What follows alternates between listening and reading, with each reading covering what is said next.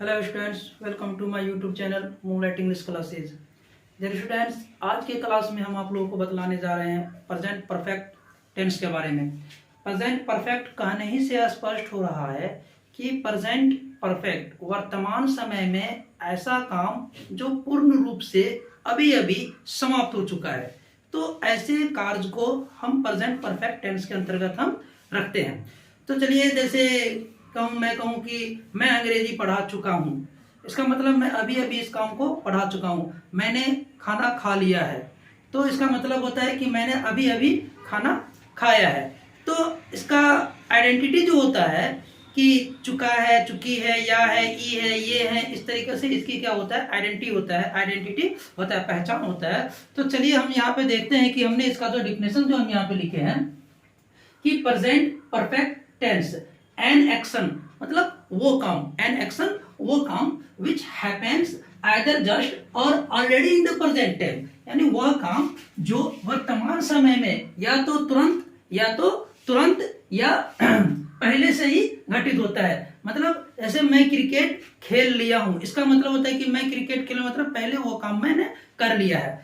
ठीक है। जैसे मैं खा चुका हूं, वह बाहर गया है। तो मैं खा चुका हूं, इसका मतलब मैं अभी अभी खाना अपना समाप्त किया हूं।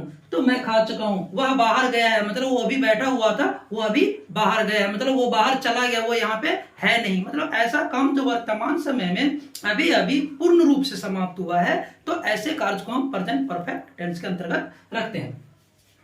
आइडेंटिटी, इसकी पहचान क्या है कि क्रिया के, जैसे मैंने अभी बतलाया ना कि क्रिया के अंत में क्या होता है कि चुका है, चुकी है, चुके हैं, या है, ये है, इटीसी लगा होता है। इसका स्ट्रक्चर क्या होता है, प्रेजेंट सिंपल प्रेजेंट टेंस की तरह, प्रेजेंट कंटिन्यूअस की तरह, प्रेजेंट परफेक्ट टेंस का भी यहाँ पे हमने स्ट्रक्चर लिख दिया है कि इसका स्ट्रक्चर क्या होता है कि सब्जेक्ट होता है, हैज और हैव होता है, वर्ब 3 होता है, और क्या होता है साथ में, ऑब्जेक्ट होता है। तो चलिए अब इस चीज को हम यहाँ पे जान लेते हैं कि हैव किसके साथ लगाएंगे और हैज किसके साथ लगाएंगे। ओके, तो चलिए यहाँ पे हम क्या करें, एक साइड में हम यहाँ पे आपको हम लिख देते हैं कि आई के साथ, वी के साथ, दे के साथ, यू के साथ और एंड प्लूरल सब्जेक्ट के साथ, किसके साथ, प्लूरल सब्जेक्ट या नाउन के साथ किस चीज का हम इस्तेमाल करेंगे, हैव का इस्तेमाल करेंगे। किसका इस्तेमाल करेंगे, हैव का इस्तेमाल करेंगे।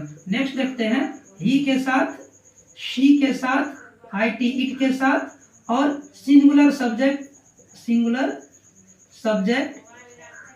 या नाउन के साथ हम किस चीज का इस्तेमाल करेंगे, डियर स्टूडेंट्स, हैज का इस्तेमाल करेंगे। किसका इस्तेमाल करेंगे, हैज का इस्तेमाल करेंगे। तो अब यहाँ पे हैव और हैज का क्या होता है, फंडा खत्म हो गया कि हैव किसके साथ लगाएंगे और हैज किसके साथ लगाएंगे। और जिस तरीके से सिंपल प्रेजेंट टेंस में हम V1 और V5 का इस्तेमाल करते थे, प्रेजेंट कंटिन्यूअस टेंस में V4 का इस्तेमाल करते थे, सिमिलरली यहाँ पे हम वर्ब के तीसरे फॉर्म का इस्तेमाल हम प्रेजेंट परफेक्ट टेंस के में इस्तेमाल करेंगे। जैसे मैं खा चुका हूँ, तो मैं खा चुका हूँ या सब्जेक्ट क्या है, आई है, और आई के साथ क्या लगाना है, हैव या हैज लगाना है। ये तो समझाने की जरूरत नहीं है, डायरेक्ट यहाँ पे देखेंगे कि आई क्या है। आई के साथ हम किस चीज का इस्तेमाल करेंगे, डियर स्टूडेंट्स, हैव का इस्तेमाल करेंगे। किसका इस्तेमाल करेंगे, हैव का इस्तेमाल करेंगे।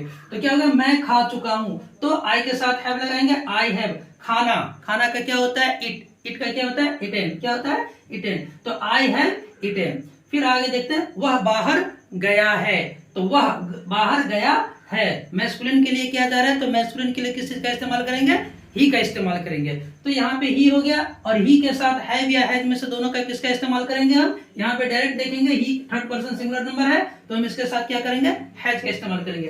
तो ही हैज, वर्ब का तीसरा, गया है, तक जाना का इंग्लिश होता है गो, और गो का वर्ब 3 फॉर्म क्या होता है, गोन। क्या होता है, गोन। तो गो वेंट गोन। तो ही हैज गोन बाहर, out, he has gone out, वह बाहर गया है। ये हो गया एक्टिव स्ट्रक्चर। अब इसका देखते हैं निगेटिव स्ट्रक्चर। तो निगेटिव स्ट्रक्चर में हम क्या लगाते हैं, नोट का इस्तेमाल करते हैं। निगेटिव स्ट्रक्चर, सब्जेक्ट होता है, हैज और हैव होता है, और हैज और हैव और वर्ब के बीच में क्या लगाते हैं हम, एनओटी, नोट का इस्तेमाल करते हैं। तो subject has have plus note plus verb 3 plus object. जैसे सीमा ने यह नहीं किया है, सीमा ने यह नहीं किया है, तो सीमा क्या है, थर्ड पर्सन सिंगुलर नंबर है। थर्ड पर्सन सिंगुलर नंबर के साथ हम किसका इस्तेमाल करते हैं, हैज का इस्तेमाल करते हैं। तो सीमा हैज नॉट डन इट, सीमा ने यह नहीं किया है। तुमने क्रिकेट नहीं खेला है, तुमने, यू के साथ किसका इस्तेमाल करेंगे, हैव का इस्तेमाल करेंगे। तो you have not played cricket, तुमने क्रिकेट नहीं खेला है। नेक्स्ट देखते हैं yes no question structure. Have has होता है, सब्जेक्ट होता है। यस नो क्वेश्चन स्ट्रक्चर में क्या होता है कि हैज और हैव क्या होता है, पहले आ जाता है। तो हैज हैव हो गया, सब्जेक्ट हो गया, वर्ब 3 हो गया, ऑब्जेक्ट हो गया, और हैज और क्वेश्चन स्ट्रक्चर में एक बात जरूर आप लोग याद रखेगा, मैं पहले ही बतला रहा हूँ और बतलाता रहूंगा कि हैज क्वेश्चन स्ट्रक्चर जब भी आया, चाहे यस नो क्वेश्चन स्ट्रक्चर हो, चाहे WH वर्ड क्वेश्चन स्ट्रक्चर हो, चाहे हेटोरिकल क्वेश्चन, जो भी क्वेश्चन हो, तो उसमें क्या होता है कि साइन ऑफ इंट्रोगेशन देना नहीं भूले। सेंटेंस के अंत में साइन ऑफ इंट्रोगेशन होता है। जैसे क्या हम लोगों ने ताजमहल देखा है, क्या हम लोगों ने ताजमहल देखा है। तो have we seen the Taj Mahal, क्या वह पटना गई है, has she gone to Patna. अब देखिए yes no question negative structure. तो निगेटिव में सिर्फ क्या चीज लगाना है, सारा फंडा वही रहेगा, सिर्फ NOT नोट लगाना है। क्या लगाना है, नोट लगाना है। और नोट यहाँ पे सब्जेक्ट और वर्ब के बीच में लगेगा। जैसे क्या तुम लोगों ने लाल किला, हैज हैव हो गया, सब्जेक्ट हो गया, नोट हो गया, वर्ब 3 हो गया, ऑब्जेक्ट और साइन ऑफ इंट्रोगेशन हो गया यहाँ पे। जैसे क्या तुम लोगों ने लाल किला नहीं देखा है, तो have you not seen the Red Fort, क्या वह बाजार नहीं गई है, has she not gone to market. और भी ट्रांसलेशन जो भी बुक में होगा, तो उसमें अगर इसका प्रेजेंट परफेक्ट टेंस का जो भी मतलब स्ट्रक्चर रहेगा, क्वेश्चन रहेगा, जो भी मतलब translation translate Hindi to English रहेगा, तो उसको आप ऑलरेडी इस स्ट्रक्चर के अकॉर्डिंग आप लोग उसे डील कर सकते हैं, बना सकते हैं, हल कर सकते हैं। तो चलिए अब देखते हैं कि WH वर्ड क्वेश्चन स्ट्रक्चर। चलिए अब देखते हैं कि WH वर्ड क्वेश्चन स्ट्रक्चर मेरा क्या कह रहा है कि WH वर्ड क्वेश्चन क्या होता है कि ऐसा क्वेश्चन जिसमें WH वर्ड लगाओ, क्या, क्यों, कब, कैसे, इस तरीके से लगा रहता है। तो WH वर्ड क्वेश्चन में क्या करेंगे डियर स्टूडेंट्स कि जो हैज और हैव रहेगा ना, उससे पहले क्या होगा, WH वर्ड लाया जाएगा। और ये दोनों में डिफरेंस क्या होता है, यस नो क्वेश्चन स्ट्रक्चर और WH वर्ड क्वेश्चन स्ट्रक्चर में डिफरेंट क्या होता है कि यस नो क्वेश्चन में क्या स्टार्टिंग में लगा रहता है, लेकिन WH वर्ड क्वेश्चन में क्या, क्यों, कब, कैसे क्या होता है कि सेंटेंस के बीच में रहता है। तो ये डिफरेंस होता है। तो चलिए देखते हैं कि WH वर्ड क्वेश्चन स्ट्रक्चर में क्या है। WH वर्ड आएगा, इसके बाद हैव और हैज आएगा। WH वर्ड के बाद क्या होगा कि ऑक्सिलरी वर्ब हैव और हैज आएगा, इसके बाद सब्जेक्ट आएगा, इसके बाद वर्ब का तीसरा फॉर्म ऑब्जेक्ट और साइन ऑफ इंट्रोगेशन होगा।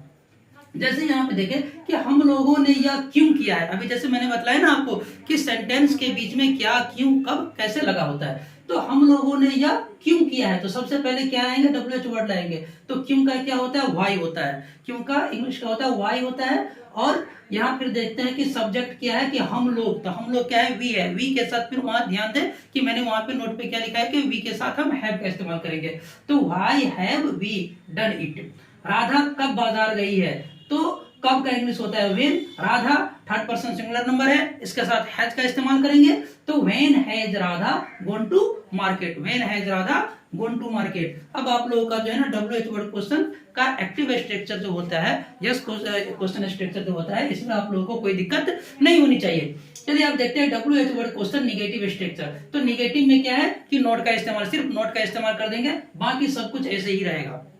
WH वर्ड है, हैव हैज है, सब्जेक्ट है, इसके बाद नोट है, वर्ब 3 है और ऑब्जेक्ट है और साइन ऑफ इंट्रोगेशन है। जैसे तुम लोगों ने यह काम क्यों नहीं किया है, तो why have you not done this work. Razia बाजार कब नहीं गई है, when has Razia not gone to market. तो इस तरीके से आज की क्लास में मैंने डियर स्टूडेंट्स, आज मैंने प्रेजेंट परफेक्ट टेंस के बारे में सारा डिटेल आप लोगों को मैंने बतला दिए। इसका भी कुछ सम स्पेशल फैक्ट होता है जो कुछ हम अपने अगले क्लास में हम बतलाने की कोशिश हम करेंगे। अगर इसमें अगर कोई तरह का प्रॉब्लम हो, कोई तरह की दिक्कत हो, तो आप लोग जरूर हमें कमेंट सेक्शन में कमेंट करके जरूर बतलाएं।